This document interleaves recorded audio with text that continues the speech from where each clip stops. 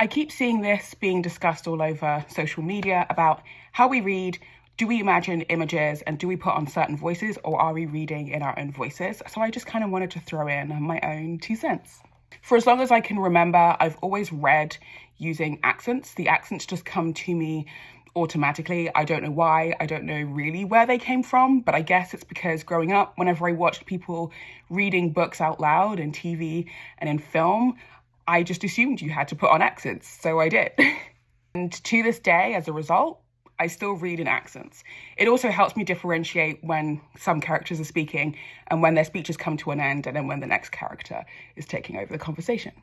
When it comes to imagining what the characters look like, however, especially if I'm reading the book after seeing an adaptation of it, I always seem to envision the actors who played those particular characters. It just makes the whole experience a little bit more fluid for me.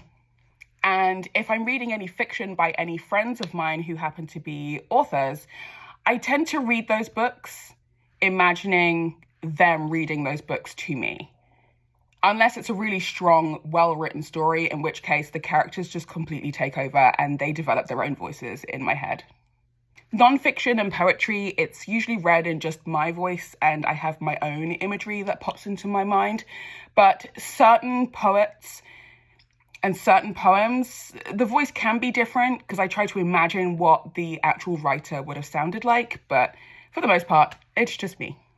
Words, images, accents, that's just all part and parcel of how I get to read and experience a book. So how do you do it?